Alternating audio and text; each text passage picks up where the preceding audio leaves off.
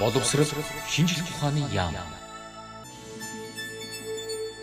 Байгаль орчин аялал жуулчлалын яам. Швейцарын хөгжлийн агентлаг. Тогтвортой хөгжлийн боловсрал 2 төсөл. Сайн байцгаана уу үзэгчдээ, та бүхэнд энэ өдрийн мэндийг хүргэе. Тогтвортой хөгжлийн боловсролын 17 зарчмыг өөрийнхөө байгууллагын үйл ажиллагаанд тусгаж олон нийтэд сайн жишээг түгээж байгаа хүмүүсийг мөн түнчлэн зочны ярилцлагын цагаараа болон сурвалжлагаараа дамжуулан үзэгч тантай уулзуулж байгаа билээ. Тэгэхээр өнөөдөр манай студид Цэнгэг усны нөөц байгаль хамгаалах төвийн хэвлэл мэдээллийн ажилтан Туул өргөдөж байна. За манай төв бол байгаль орчин аялал жуулчлалын яамны хариа байгууллага. Экологийн боловсролыг бүх нийтэд олгох үндсэн чиг үүрэгтэй ийм байгууллага байгаа.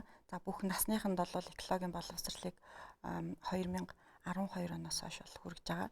За одоогийн байдлаар бол манайх байгаль орчны менежментийн тогтолцоог одоо нэвтрүүлэхээр ажиллаж байна. Үүн дотроо бол ногоон офис.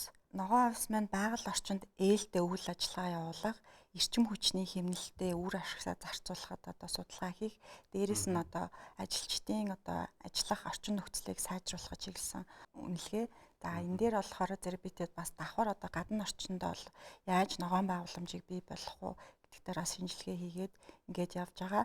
За манай байгууллага дээр мөн одоо сурагч агч нар маань ногоон офисоор мэргэшээд одоо цаашдаа бол байгууллагууд дээр ногоон офисын стандартыг хэрэгжүүлэх юм үйл ажиллагааг бол шаттайгаар зохион байгуулах бэлтгэл ажлыг хангаад болон явж байгаа. Байгаль орчинд ээлтэй үйл ажиллагаа гэх юм бол жишээ нь одоо нарны эрчим хүчийг ашигладаг байх жишээ. Тэгэх юм бол одоо тогоо хэмнэн тий усаа хэмнэлттэй байлгахын тулд одоо усны карантнаас одоо гарч байгаа тэрэндээ шүүлтүүр байршуулах тий ус баг гойжуулдаг. 1 минут гойжуулахад бол 1.5 литр ус гойжод байна гэж байгаа шүү дээ. Энэ болгоныгоо ингээд тооцоод үзэх юм бол маш их одоо байгаль орчинд одоо сөрөг нөлөө үзүүлдэг учраас тэр болгоныгаа өдөр тутамдаа үйл ажиллагаандаа хэмнээд явах одоо ийм арга замыг бол ногоон офис гэдэг одоо сургалтаар бол олж авах боломжтой.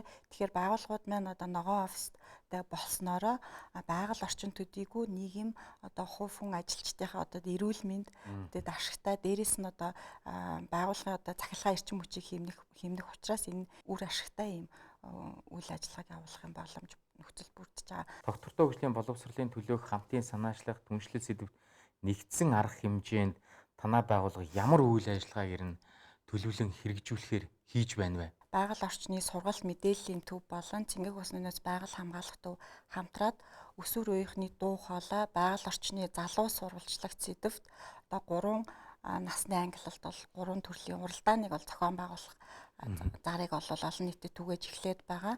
За уралдаан маань бол дунд буюу 11-ээс 14 насныханд, ахлах буюу 15-аас 18 насныханд, за түүн 18-аас дээш 21 насных нь оюутан залуучуудад гэсэн ийм 3 насны ангиллал зохион байгуулагдана.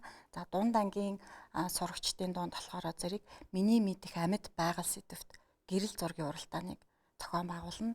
Энэ нь болохоор зэрэг хүүхэд болгон ойр орчимдоо одоо байгаль донд амьдарч байгаа шүү дээ тий.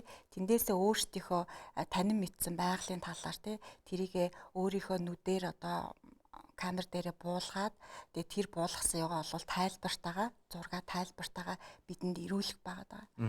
Гол санаагаа авсан одоо гэрэл зургандаа тусгаж өгч та бүхэнд илгээх нь шүү дээ тий.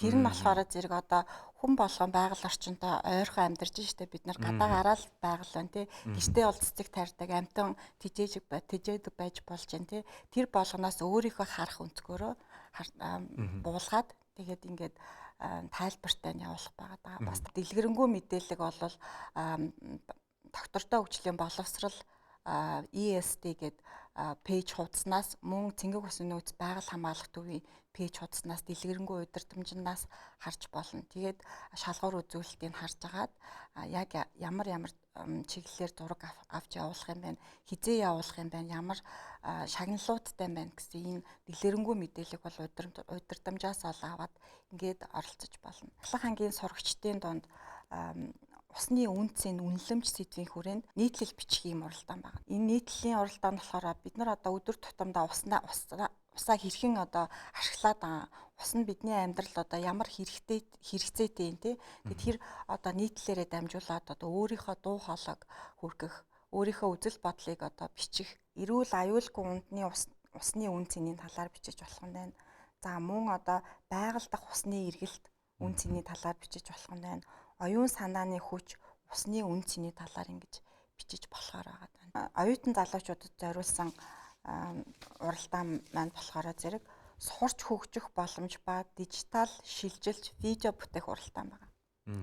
За энэ видео бүтээх уралдаанаар дамжуулан хүүхэд залуус мэдээлэл технологийн дэвшилтэд технологид тулгуурлан өөрийгөө хөгжүүлэх, харилцан суралцах боломжийн талаар бусдаа үзэл бодлоо хуваалцах, идэвх оролцоог дэмжих, олон нийтийг урайлах, сэтэлжүүлэх ийм зорилготой ийм видео бичлэгийн уралдаан байна.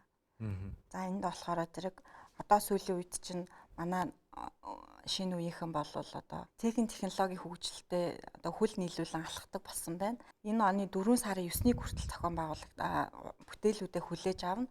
4 сарын 9-ний 17 цаг гэхэд одоо удирдамжин дээр бичсэн одоо дахин хуудас руу бол явуулах хэрэгтэй. За энэ 3 уралдаан шалгарсан сурагчид бол мэдээж нэгдүгээрт үргэлжлэл, мөнгөн шагнал дагаас гадна дэлхийн байгаль орчны боловсролын сангийн вебсайтад өөрсдийн бүтээлийг гаргах, шалгарсан бүтээлүүдийг одоо тэнд байршуулах юм боломжтой байгаа. Хүүхдүүд, залуучууд маань өөрсдөө хийсэн бүтээлийг олон нийтэд хүрэхээс гадна хийж явах явцдаа нөгөө байгалаа илүү их танин мэдэх те. Би байгальд ямар хор нөлөө учруулдаг юм бэ? Хүмүүс байгальд ямар их хор нөлөө учруулдаг юм бэ гэдгийг дахин судалж мэдээд мөн түнчлэн үгээрээ дамжуулж те бусдад ийм сайн жишээнүүдийг түгэх боломж нь бас нэгдэж байна да те. Энэ уралдаанаар дамжуулаад хамгийн гол зорилго нь бол ирээдүйдээ бид хэд хүүхд залуучуудаар дамжуулаад доктортой хөгжилд хүрэх. Тэгээ байгаль орчин бол доктортой хөгжлийн үндсэн 3 тулгуурын нэг нь байж байгаа. Тэгэхээр залуучуудыг одоо илүү сайн сайхан ирээдүй, илүү сайхан байгаль, нийгэмд амьдрахын нэг алхам болж өгч байгаа. Энэ уралдаанд одоо орохоор хүсэж байгаа хүүхдүүд бол тухай бүрдээ байгаль орчноо нэгдүгээрт бол танин мэднэ тий. Тэгээд тэрийг хайрлах сэтэл төрнө. Тэгэхээр түүгээр дамжуулаад одоо өөрийнхөө үзэл санааг бол илэрхийлнэ. Бусдад нөлөөлнө. Тэгээд цаашд бол тэр хүүхэд бол байгаль орчиндөө сөрөг нөлөө хийхгүй, байгальдаа буруу юм хийхгүй, ийм төлөвшөлт хүрх юм маш том юм үр дагавартай. Баярлалаа. Ингээ бидний ярилцах цаг дуусч байна. Тэгээд өнөөдөр үзэгчдээ бид нэр Цэнгэг усны нөөц байгаль хамгаалах төвийн хэвлэл мэдээллийн ажилтнанд туултаа ярилцлаа. Доктортой хөгжлийн боловсролыг өөрийнхөө байгууллагын үйл ажиллагаанд тусгаж олон нийтэд бас чиглэсэн юм уралдааныг бол зохион байгуулж байгаа. Тэгэхээр залуучууд, ерөнхий боловсролын сурагчид маань энэ уралдаанд идэвхтэй оролцож байгаль ихээ илүү их танин мэдсэн ийм үйл ажиллагаа болж өнгөрүүлээсэй гэж хүсэж байна. Таны цаашдын ажилд их амжилт хүсье. Баярлалаа. За баярлалаа. Зочны ярилцлагын цаг өндөрлөж байна. Дараагийн шинэ дугаараар иргэн уулзъя. Доктортой хөгжлийн боловсрол 2 төсөл.